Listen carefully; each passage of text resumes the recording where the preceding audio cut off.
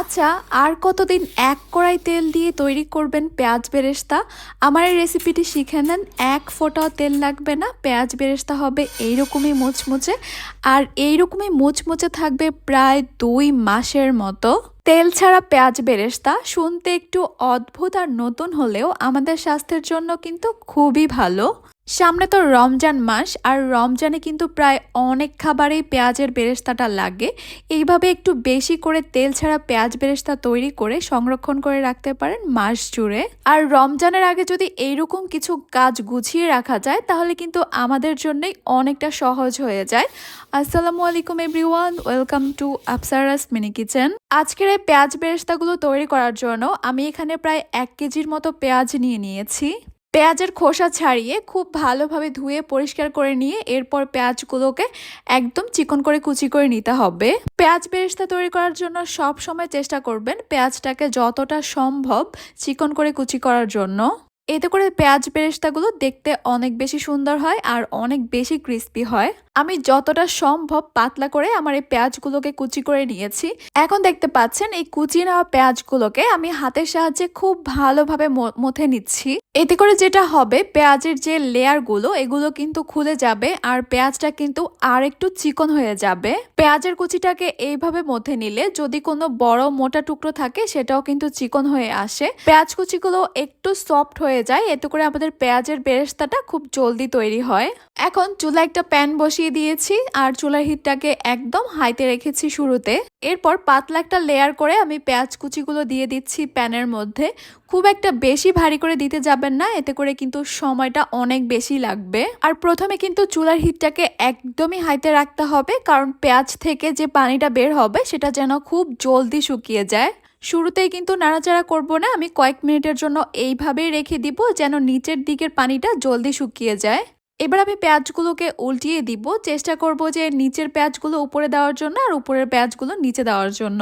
আবারও এইভাবে কিছুক্ষণ রেখে দিব নিচের পেঁয়াজগুলো থেকে যে পানিটা বের হবে সেটা জলদি শুকিয়ে যাওয়ার জন্য।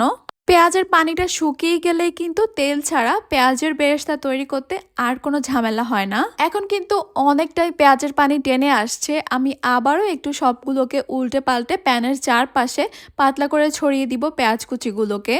যতই পেঁয়াজের পানি শুকাতে থাকবে পেঁয়াজের পরিমাণটা কিন্তু ততই কমে আসবে। আমরা সবাই জানি যতগুলো পেঁয়াজ কুচি দিই ততটা কিন্তু পেঁয়াজ বেরেস্তা হয় না। সম্পূর্ণ পানিটা টেনে যাওয়ার পরেই কিন্তু পেঁয়াজের কালারটা চেঞ্জ হওয়া শুরু করবে। আর যখন পেঁয়াজের কালারটা চেঞ্জ হওয়া শুরু করবে তখন কিন্তু চুলা হিটটাকে লো মিডিয়ামের মাঝামাঝি করে দিতে হবে। এরপর কিছুক্ষণের জন্য পেঁয়াজ কুচিটাকে নাড়াচাড়া অফ করে দিতে হবে। এইভাবেই একটু মেলে রেখে দিতে হবে প্যানের মধ্যে। সম্পূর্ণ পানিটা শুকিয়ে যাওয়ার পর দেখতে পারবেন আস্তে আস্তে পেঁয়াজ কুচিগুলো ঝরঝরে হওয়া শুরু করেছে আর সুন্দর কালার আসা শুরু করেছে আস্তে আস্তে। যখন বেরেস্তা কালার আসা শুরু করবে তখন কিন্তু আর নাড়াচাড়া অফ করা যাবে না, অনবরত নাড়তে থাকতে হবে। তা না হলে কিন্তু একদিক দিয়ে কালার আসবে, অন্য দিক দিয়ে কালার আসবে না।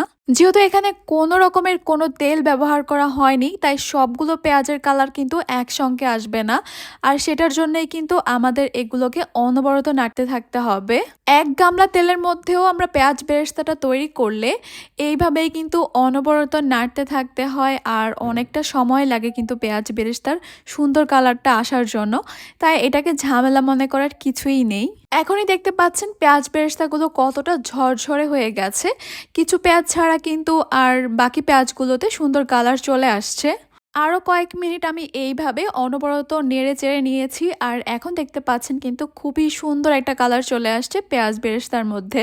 চুলাটা আমি একদমই অফ করে দিয়েছি আর এই গরম প্যানের মধ্যে আমি পেঁয়াজ বেরেস্তাগুলোকে ছড়িয়ে কিছুক্ষণের জন্য রেখে দিব। এতে করে কিন্তু আমাদের পেঁয়াজ বেরেস্তাগুলো অনেক বেশি ক্রিস্পি হবে। সাউন্ডটা শুনতে পাচ্ছেন? ঠিক এইরকমই ক্রিস্পি হয়েছে আমার আজকের এই তেল ছাড়া পেঁয়াজের বেরেস্তাগুলো। শুধু শব্দ শুনলেই তো হবে না, আমি প্রমাণও করে দিচ্ছি। দেখেন কতটা ক্রিস্পি হয়েছে এই পেঁয়াজের বেরেস্তাগুলো, একদম ভেঙে গুঁড়ো গুঁড়ো হয়ে যাচ্ছে না ধরতেই।